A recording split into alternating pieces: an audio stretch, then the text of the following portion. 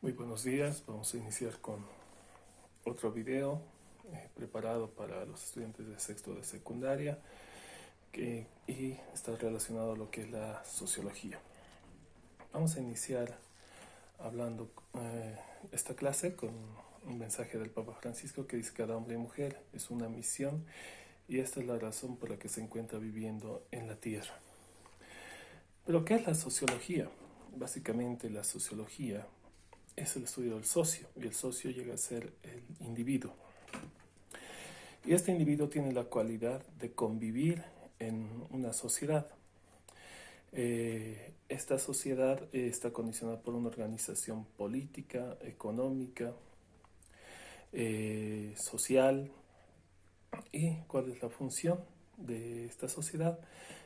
Tratar de satisfacer de alguna forma sus necesidades. En el caso de la sociología, básicamente también es un conglomerado de ciertas características culturales, artísticas, de las que hablaremos mucho más adelante. Ahora lo que haremos es una breve introducción a lo que es la sociología. Lo primero es analizar la aparición del ser humano. El ser humano y todas las especies animales tienen esa necesidad de poder convivir entre sí para poder sobrevivir. O sea, el ser humano siempre ha tenido, y los animales siempre han tenido esa necesidad de socializar, de hacer grupos, agrupaciones con el afán de poder sobrevivir. Primero, ¿qué es lo que hace el ser humano?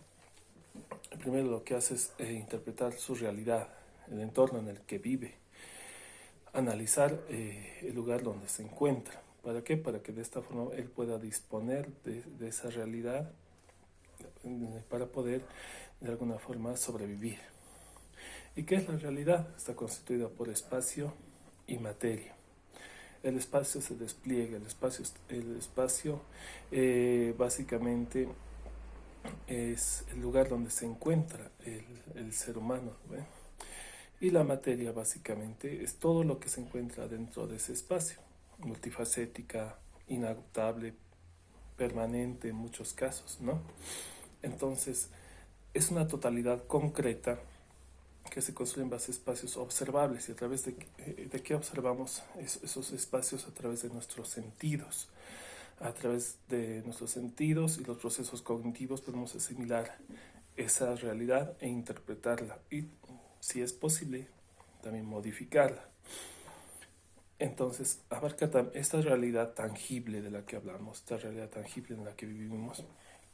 También llegó a evolucionar a tal punto de que hoy en día hablamos de una realidad virtual, que no es más que una simulación de ciertos procesos a través de instrumentos informáticos, ¿no?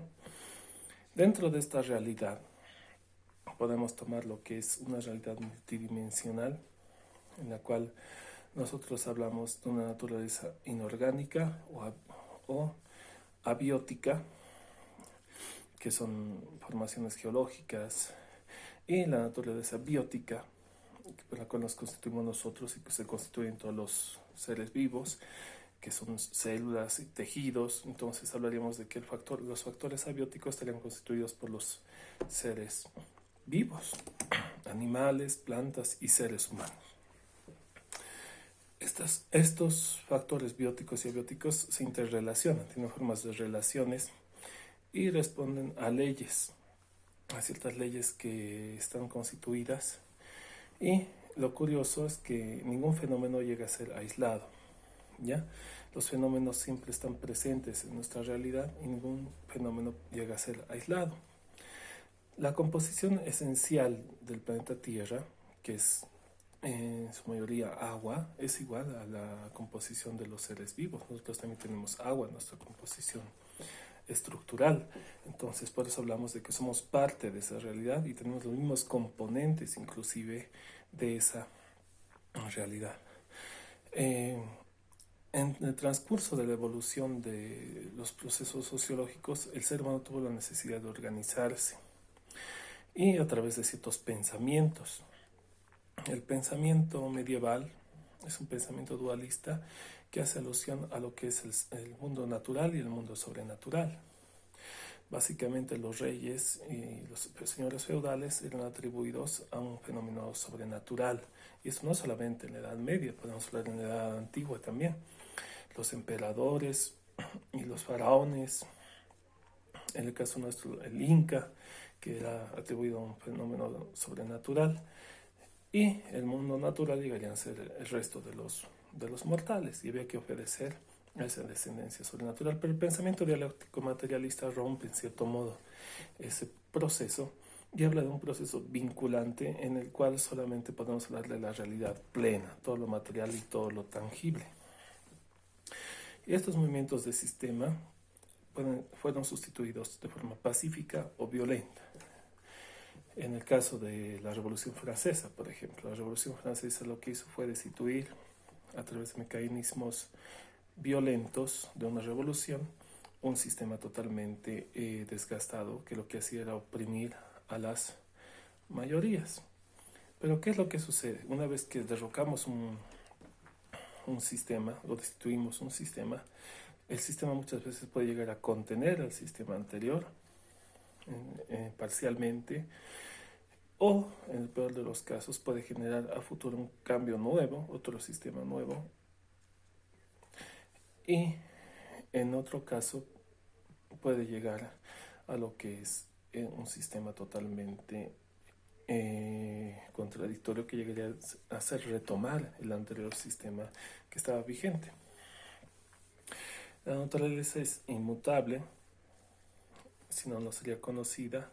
Llaman nuestros sentidos por el movimiento que tiene, estimula nuestros sentidos de forma interna y de forma externa. En esta primera parte hablaríamos de que hay ciertos movimientos que se caracterizan en lo que es la sociología. El señor Federico Engels habla del movimiento mecánico, del movimiento físico, movimiento químico, pero lo que a nosotros nos interesa es el movimiento social, los cambios sociales y procesos de pensamiento. A través de los movimientos sociales nosotros podemos generar un cambio de un sistema a otro. También se habla del traslado especial, la interacción electromagnética, el movimiento gravitacional. Y las sociedades no son otra cosa que un grupo de personas altamente organizadas y de forma compleja, que posee características propias. O sea, ninguna sociedad en el mundo se puede comparar a otra sociedad. Tienen características distintas, tienen una cultura distinta, tienen una forma de ver la realidad totalmente distinta. Eso le llamamos cosmovisión. Y también tiene una acción consciente del ser humano de autorregulación. ¿Qué quiere decir? Que se pueden establecer reglas, normas, con el afán de generar una convivencia armónica entre los miembros de la sociedad.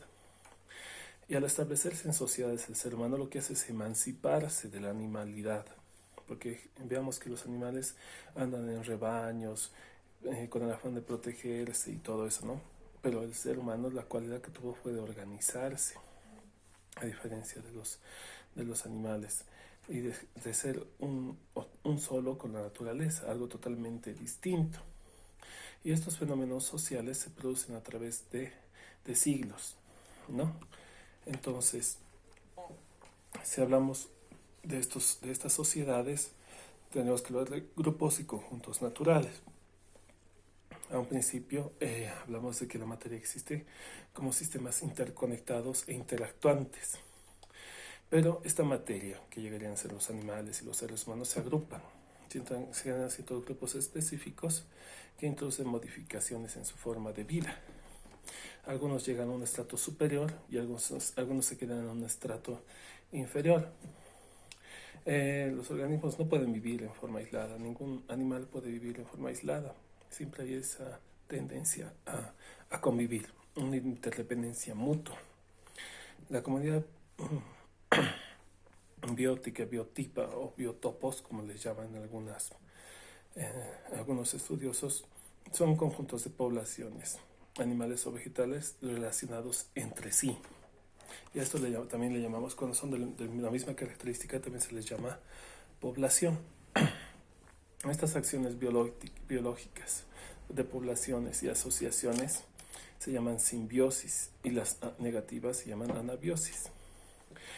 Y dentro de las relaciones simbióticas podemos hablar del mutualismo, que básicamente son dos especies distintas que interactúan con el afán de colaborarse entre sí. Por ejemplo, las aves con los animales. Las aves muchas veces acicalan a ciertos animales y se van alimentando de los chinches, los piojos de esos animales. ¿Pero qué hacen estos animales grandes? A cambio les dan protección a estas aves. Entonces, estos son mecanismos de cooperación, si se dan cuenta. Entonces, el gregarismo es otra característica que lo único que hace es garantizar una agrupación generar la sobrevivencia individual. O sea, hay grupos de animales que se agrupan en grandes cantidades con el afán de defenderse de los depredadores. Y la defensa mutua entre estas especies. Entonces, otra característica es la homeostasis social. Todos los seres humanos, incluyendo el hombre, se agrupan y esas agrupaciones son permanentes e interactúan entre sí, porque en caso contrario podría generar la extinción de estas especies. Y al hablar de una homeostasis social, hablamos ya de una agrupación superior en la cual ya hay una jerarquía social. ¿Qué diferencias hay entre una sociabilidad zoológica y humana? Básicamente, las relaciones animales se producen de generación en generación y no hay cambios notables entre estas relaciones. En cambio, en el caso de los seres humanos, a medida que va pasando el tiempo, para garantizar la sobrevivencia del mismo, hay cambios a través del tiempo. Las modificaciones externas en los animales provocan adaptaciones. Los animales se centran en la percepción sensorial y no abstracta, y no acumulan experiencia, y tienen el afán de agruparse y convivir.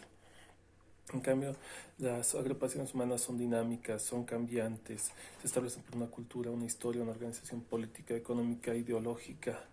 Son capaces de transformar el medio, la naturaleza para garantizar su subsistencia y con el afán de agruparse y convivir en armonía. Bueno, espero que este video les haya servido bastante y Dios mediante nos estaremos reencontrando dentro de poco. Muchas gracias, un abrazo, hasta pronto.